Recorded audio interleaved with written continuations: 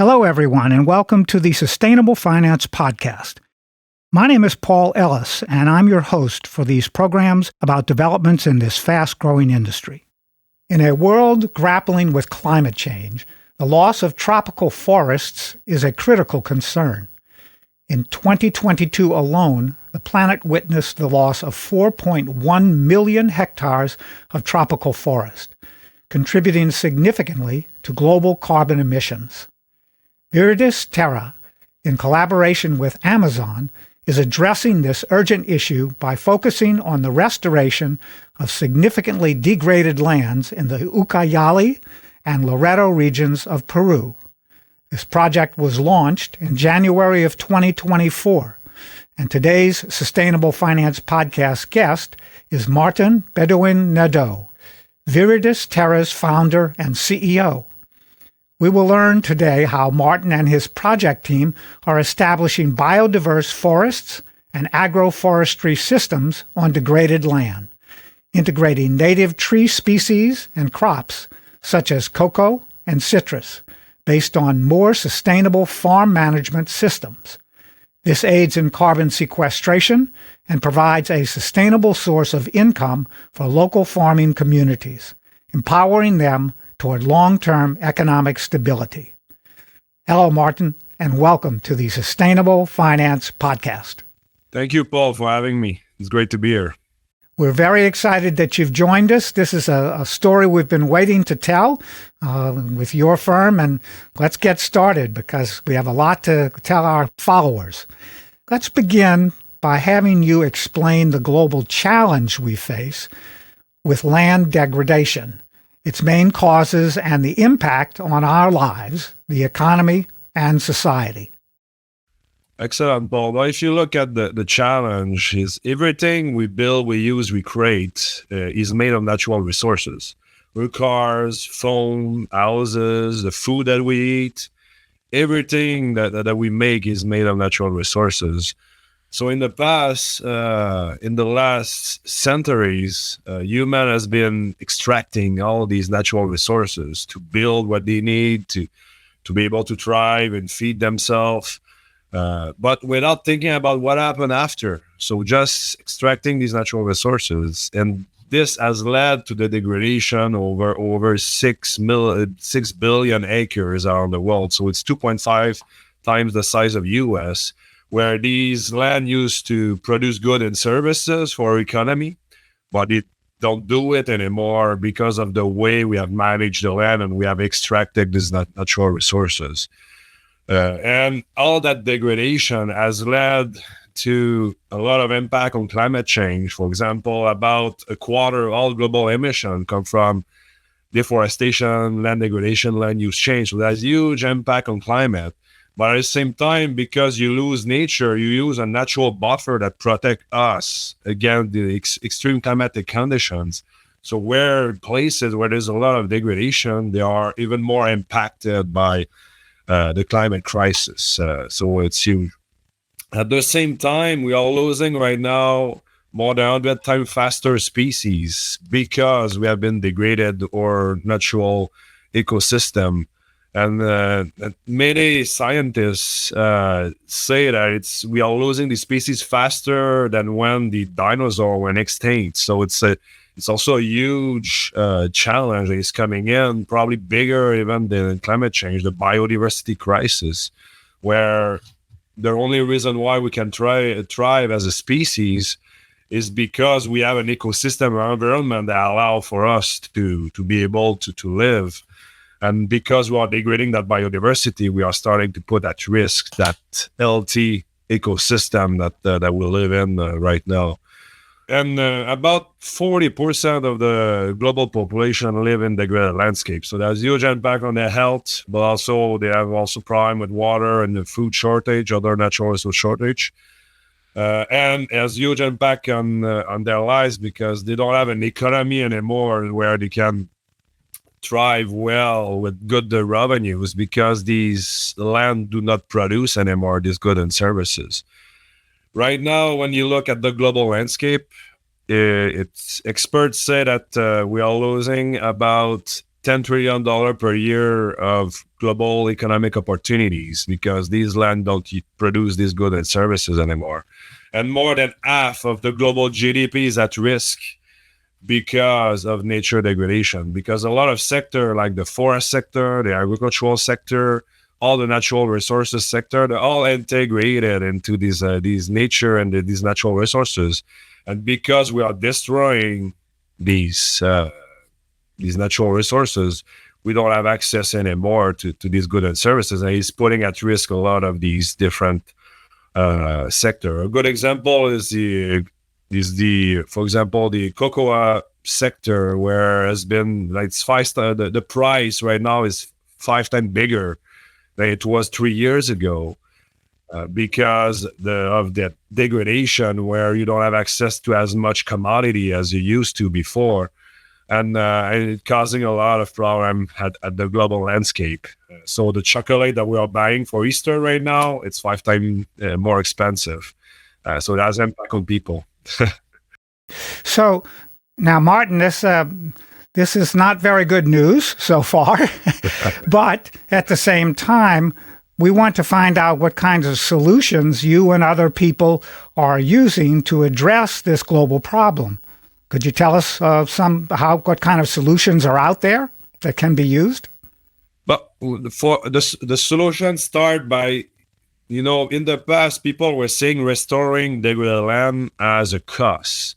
And because of that, is because it's a cost, because people want to put as less money as possible to restore the land. And usually what happens, it's not sustainable. So you are stuck for decades with these land that we did some works, but it's not restored yet. It's not producing yet because we have not invested as much money as we should have.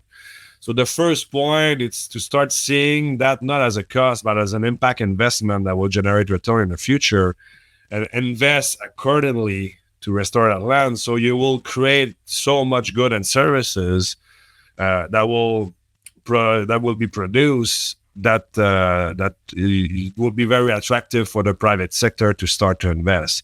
So that's the first thing we need to fix, seeing that as an investment. And one thing that has been proven in the past, every dollar you invest in restoration can bring $7 to $30 in economic benefits.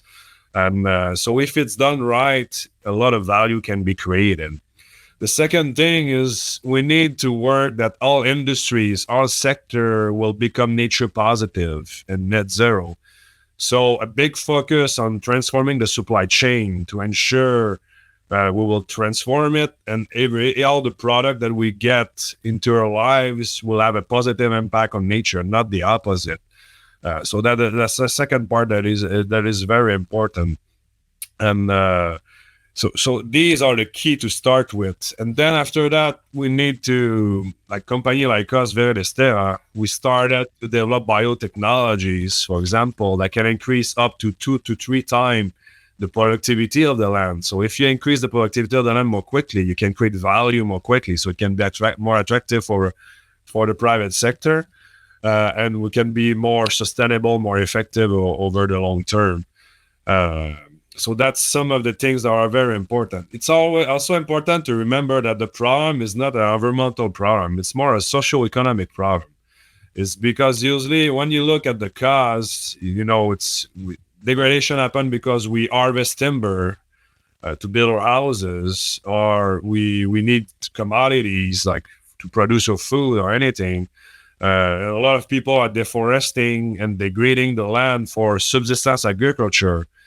So if you can show them that it will make more money managing sustainably these new forests, agroforest, and ecosystem, they will stop this deforestation and degradation cycle and start focusing on managing sustainably these as a good steward, this natural capital. So we will have the impact we are looking for at the latest level. That's what Viridis Terra is all about, right? Tell us more about your work and what you're accomplishing so far in this work with Viridis Terra. Yes, Paul, I founded the company over 10 years ago. So we started in extractive sector. So that's where the market was more mature. like mining oil and gas companies looking for solution to restore the land after they are done mining, they are done exploiting the natural resources. And that's where we'll develop all our biotechnologies. So that's where we were able to show we can grow a forest on agroforest directly on rocks, so there's no soil anymore. And then we started to move towards all type of degraded land. We started to work, for example, in the Caribbean, West Africa, South America, working on land that was degraded by unsustainable agriculture, unsustainable forest management, and bringing these biotechnologies in the field. One thing we were saying is if we want to scale, we need to work with thousands of different landowner communities and people. So it's very sophisticated, complex operation when you work in the field at a very large scale landscape level. So in 2020, we started to develop a new platform. That platform, it's FDM, we call it Field Data Management. It's focused on automating all the operation from A to Z when you start restoring a land, signing the contracts with the landowner, how we share the benefits, so which type of system we restore, how much it costs, how much the profit and revenues it will bring over time, and all the support of the operation of producing the inputs, doing the restoration, managing sustainably after that. So all of that we started to develop that platform to better scale the operation so we can be more effective and more impact that we are looking for. So the goal when I started Viridis Terra was to bring new technologies and also a multidisciplinary team that will fight that global crime of land degradation. So that's what you've been developing for the last decade through the work at Viridis Terra. And you also launched a large-scale restoration support process in 2021 called Trees of Lives. Tell us about that initiative and let us know what's going on there. Well, in the past, land restoration was, like I said earlier, was seen as a cost. So mostly NGOs were working to getting donation to restore land. And for me, that was always a problem because without the private sector involved, we could not scale at the level we needed to fix the problem. And at the same time, we could not ensure the sustainability because usually when it's donation, we just go plant trees and we are gone, but it doesn't fix the long-term economic aspect that was very important to make these projects sustainable. So that's where we started to develop Trees of Life, which is an investment vehicle where people could invest in the projects. And then we will bring that capital, sign 30, 40 years contract with the landowner. And all the profit coming out of the project will be shared 50-50 between the landowner that we sign with, usually people that are close to poverty, and the investor that invested. So that was really an impact investment play that we were making at the time. So we launched in 2021. We were able to fund the first project, a pilot project that we did in Peru with that investment vehicle. The challenge I saw is that it was so new in a new sector because the sector we are in right now, it's like 25 years ago in the renewable energy sector. So it's very new. People have a hard time. It's not proven yet. So how can you prove the revenues you will get in 5, 10, 15, 20, 30 years from now? So because it was so new, it was hard to it was very demanding to mobilize investor for the amount we were mobilizing. So that's where, after mobilizing enough to do the pilot projects, we started more to go after large corporations that had net zero nature positive objective. So we started to work with tech companies, with commodity company, like a oil palm company, for example, that is looking to reach the nature positive. And then we decided to put a hold on Trees of Life on the short term until the market is more ready. Because one thing we saw is most investors in the financial sector, yet they are not ready to take a 2 or 3% less financial returns for a 20% more impact adjusted return. And because we were signing these landowners, working with them and sharing the benefits, for sure, a big part of the benefits were also going to these people in the field. So it was reducing the overall IRR for the investors. And some investor was saying that the IRR, the project, because we share the benefits, is a bit low compared to the risks for them that they are used to. So that's where we decided to put a hole and continue to make progress with large corporation. But with a goal to bring Trees of Life back a few years from now when the market is more ready and potentially an equity traded fund that could be offered in Europe first and then in North America, that could be very attractive when the market is more ready. But that was a good experience. We gained a lot of experience from it. We are getting a lot of data to show how much the cost is in the field and how much revenues we're able to bring in these projects. So that's very good. That's a good start to build better in the future. But one thing I like about that product is a lot of people were saying like reaching net zero, like removing carbon, it's a cost. But with that investment, you also get carbon removal credits. And for example, I invested $60,000 into Trees of Life personally. And within 8 years, I'm able to neutralize all my emissions since I was born. And it's an investment. I still will have in the future an asset that has value that will potentially bring distribution within 4, 5, 7, 8 years. So I believe we will see more of this kind of product in the future with real impact that are transforming the world to create a better world, and that everyone will benefit from it, not just the investors. Thank you for telling us that personal story about your investment in Trees of Life. That's a strong personal commitment, and it's proving to be a good return on investment as well. And it seems to me, Martin, that that's one of the most important things that people in sustainable finance today can position to corporate investors, is that these kinds of programs work. They take time, like any long-term successful investment strategy, but over time, you will see productivity, you will see profit, you will see restoration of degraded farmland. And I think that's terrific. What kinds of other challenges, if any, did you want to share about how this is going and how it supports the people that you work with in Peru? But the challenge we got in the last year and a half is that the corporation, they were starting to invest into this project, and they saw that with the needs they had, the investment they needed to do is so big that they wanted to start more doing offtake agreements. So to buy the commodities, buy the carbon removal, buy the biodiversity gain with long-term contract instead of investing in the projects.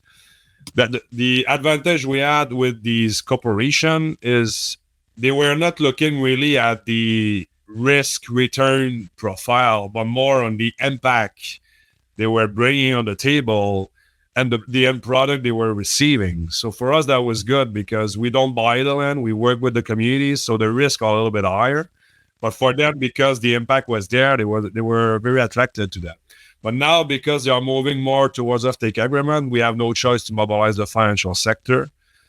And because the financial sector look at risk return, we see a lot of people that get traction right now is that they buy the land. And the challenge I see for Viridis Terra is that if we start buying the land, we don't fix the problem. Because the people, you buy the land are almost nothing because the land is degraded. And then the people you buy from, they go somewhere else and they continue to deforest and degrade like they used to. So you just transfer the problem somewhere else. So you don't have real impact on climate, you don't have real impact on biodiversity. But that's the kind of project that have traction right now because for sure the financial sector see that if I buy the land, at least you own the land. So if the project does not work, you can resell the land. So the risk is lower. So that's some of the challenge we see. Right now, we are trying to work to mobilize de-risking instrument, like guarantee insurance to the project. So that will allow us to continue to work with this landowner to bring a real solution to the project, the prime at scale, that everyone will benefit from it. But it takes time. So for sure, if in the network of Sustainable Finance Podcast, if anyone has any ideas or has interest into de-risking instrument, but please reach out to us, because that's something that will be very important for us in the future, to be able to mobilize the financial sector and scale our operation at very large scale more quickly, and continue to have the impact we are looking for. So that's a very important point. That has been a challenge in the last 18 to 24 months. And for sure, the current situation all around the world also, it's there is less capital available, and people tend to go more towards more traditional investment because it's less risky. So that's also a short-term, I would say, a short-term challenge that we need to get through until better times where more capital is available, and then it will be easier to scale the operation. The opportunities, I mean, there's a lot of opportunities. For example, Europe has a new law coming in 2026 that no product imported into Europe will be allowed to have deforestation. So all product will need to be deforestation-free, nature positive. So that's a huge opportunity to transform the sector, working with commodity buyers and investors, the one that usually create these commodities like timber, food products, anything that goes into Europe. So we can work with these large corporations to bring the operation nature positive and have impact at the landscape level. So that's a huge opportunity that is very important for the development of the sector. The second one is the Kunming-Montreal agreement, which is very similar to the Paris Agreement for climate, but this one is for biodiversity. That was signed a bit more than 2 years ago. And you can see now that a lot of countries like Europe right now has an objective to restore 30% of all land has been degraded by 2030. So that's another opportunities where these governments are putting this restoration law in place to help move the sector more quickly, to bring this solution at scale more quickly. And we see the same thing in Canada right now, where we have this objective of restoring 15 million hectares of land within the next 10 to 20 years, and starting to put the nature plan in place with funding so we can start working and bringing a solution.